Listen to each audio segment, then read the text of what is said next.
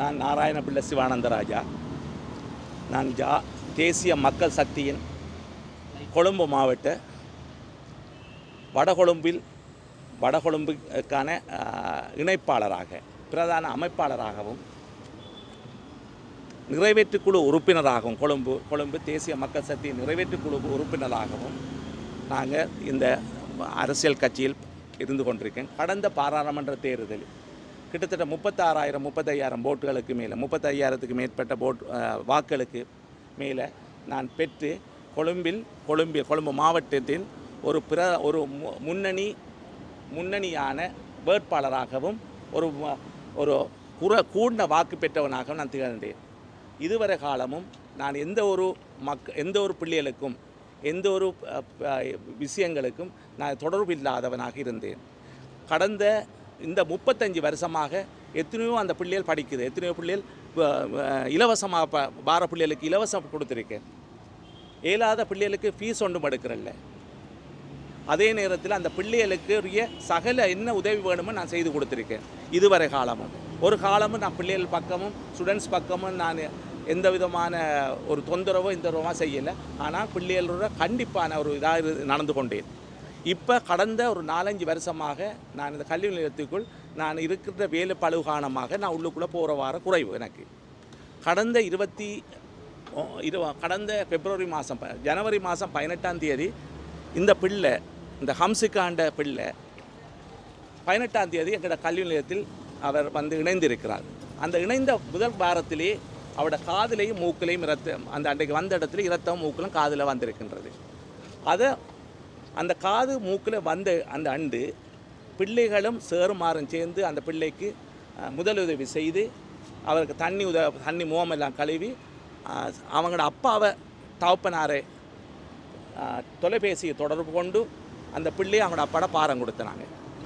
2வது கிழமை பிள்ளை கிளாஸுக்குள்ளே, அது முதல் நாளோ 2ஆம் நாள்னு தெரியும், அந்த பிள்ளை 2 பாடம் தான் அந்த கல்வி நிலையத்தில் எடுக்கின்றது.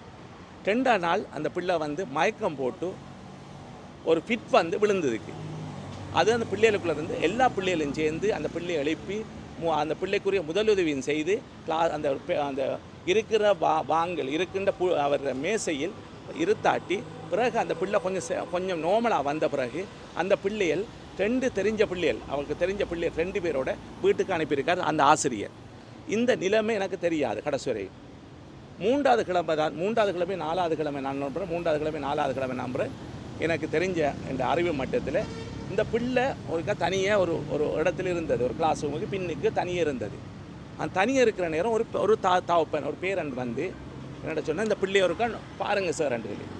அப்போ நான் ஒரு வித்தியாசமாக யோசித்தேன். என்னோட சொன்னால் இந்த பிள்ளை என்னை காதலோட சம்மந்தப்பட்டதோ இல்லை வேறு எதுவும் சம்மந்தப்பட்ட டக்குன்னு நான் போய் என்னம்மா நீங்கள் இடத்த இருக்கிறீங்க, தனியே இருக்கிறீங்க, உங்களுக்கு ஒரு பொம்பளை பிள்ளை இல்லாமல் ஏன் இல்லை, அங்கே முன்னுக்கு இருக்கிற இடம் விசிட்டு உங்களுக்கு ரெஸ்ட் ரூம் இருக்குது, அந்த ரூமுக்குள்ள எல்லாமே தனியாக இருக்கிறீங்க இடத்த இல்லை, எனக்கு 5 மணிக்கு கிளாஸ், அந்த 5 மணிக்கு கிளாஸுக்கு நான் போகிறதுக்காக வேண்டி வெயிட் பண்ணிக்கிறோம், நீங்கள் இங்கே இருக்கையில் இங்கே பாய்ஸ் நிற்கிறான்னு நீங்கள் அங்கே போங்க, முன்னுக்கு போய் இருங்க என்று நான் சொல்கிற நேரம் கதைச்சு கொண்டு இருக்கிற நேரம் பிள்ளைக்கு ஒரு விதமான உடம்பில் ஒரு ஃபிட் மாயி ஒரு உடம்பு நான் நம்புகிற ஒரு அட்நார்மல் மாதிரி தெரிஞ்சு எனக்கு.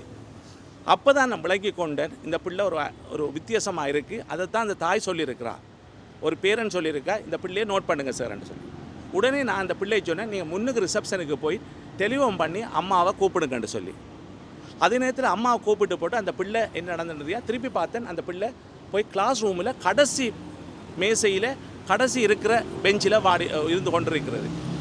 அப்போ அதுக்குள்ளே ஒரு அரை மணி நேரத்துக்குள்ளே அம்மா இந்த பிள்ளையை என்ன செய்த நீங்கள், இந்த பிள்ளைக்கு ஒரு சோம் இல்லாமல் இருக்குது, இந்த பிள்ளைக்கு என்னத்தை நீங்கள் என்ன பார்க்குறீங்க, நீங்கள் இப்படியான பிள்ளைகளை எங்களுக்கு அனுப்ப வேணாம், நான் அனுப்பியிருந்திருந்தால் சுகமான பிள்ளைக்கு நாளைக்கு அந்த பிள்ளைக்கு என்ன நடந்தது என்று சொன்னால் அது நாங்கள் தான் பாதுகாப்பு கொடுக்கணும், நாங்கள் தான் எல்லாம் செய்யணும், அதில் எங்களுக்கு பெரிய பிரச்சனை வரும். இந்த கிளாஸுக்கு போய் நான் பிள்ளை விழுந்துட்டு செய்துட்டு என்ன நடந்துட்டுன்னு சொல்லி வரும்.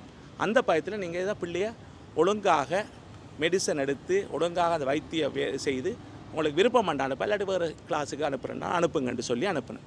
அப்போ அந்த பிள்ளை அதுக்குள்ளே எங்களோட காய்ச்சி கொண்டிருக்கிற நேரம் 5 நிமிஷம் காய்ச்சி கொண்டிருக்கிறோம். அந்த பிள்ளை கடைசி டைமில் பின்னு வெஞ்சிருந்த பிள்ளை திரும்பி பார்த்தது நான் அம்மாவோட காய்ச்சி கொண்டிருக்கிறேன். அந்த கிளாஸ் ரூமுக்கும் எனக்கும் அந்த டேபிளுக்கு இருந்த இடம் குறைஞ்சது 100 மீட்டராக இருக்கும், குறைஞ்ச 100 மீட்டர். அப்போ அதுக்குள்ளே அதில் வந்து அந்த பிள்ளை டக்குன்னு சேர்ட்டையும் சொல்லாமல் யார்ட்டையும் சொல்லாமல் பேக்கை தூக்கிட்டு வந்து கடைசியாக இருந்தபடியாக ஒருத்தருக்கும் தெரியாது, முன்னுக்கு இருந்த பிள்ளைகளுக்கு கூட தெரியாது, இந்த பிள்ளை எலும்பித்து போகிறது தெரியாது யாரும். பக்கத்தில் இருந்த பிள்ளைகளுக்கு மட்டும் தந்தால் எலும்பித்து போகுது. இந்த பிள்ளை வந்த உடனே அம்மா வாங்க வீட்டை போவோம்ன்றது அப்படியே போனவங்க தான். பிப்ரவரி 15 போனவங்க தான். அதுக்கு பிறகு எனக்கு தெரியாது வந்ததா வரலையான்னு எனக்கு தெரியாது. நான் நினச்சா அந்த பிள்ளை வந்திருக்கோம். இப்போ எத்தனை பிள்ளைகள் 1 மாதம் பிறகு வருது, 2 மாதத்துக்கு பிறகு வருது, 6 மாதத்துக்கு பிறகு வருது. அப்போ நான் இதை யோசிக்கவும் இல்லை, அதை பற்றி நான் கவனிக்கவும் இல்லை.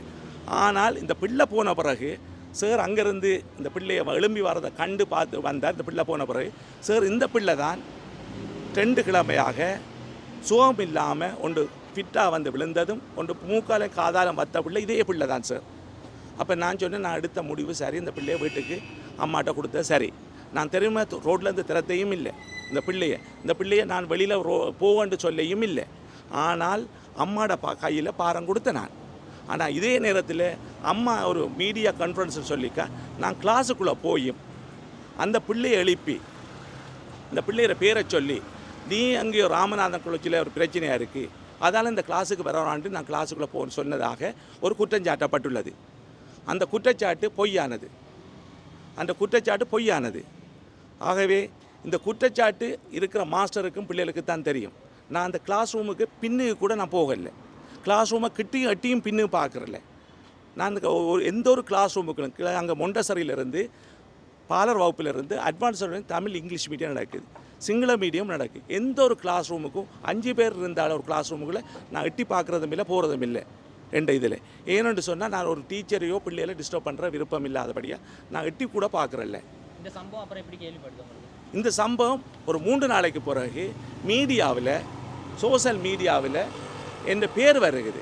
ராஜேஸ்வரி கல்யாணத்துக்கு போன பிள்ளைகள், அங்கே இருந்த அதிபர், அங்கே இருந்த உரிமையாளர், இவரை மாணவர்களுக்கு மத்தியில் எழுப்பி, நீ அந்த உனக்கு நடத்த சரியில்லை, நீ அதால் நீ இந்த கிளாஸுக்கு வராண்டு நான் அனுப்புறேன்னு சொல்லி சோஷியல் மீடியாவில் வந்தோடனே நான் அமைதி காத்தேன். எப்பையும் உண்மை வரும்னு சொல்லி. அந்த உண்மை விரைவில் வரும். அந்த உண்மை எப்படி வரும் எனக்கு அது மேலதிகமாக நான் கதைக்க நான் விரும்பலை.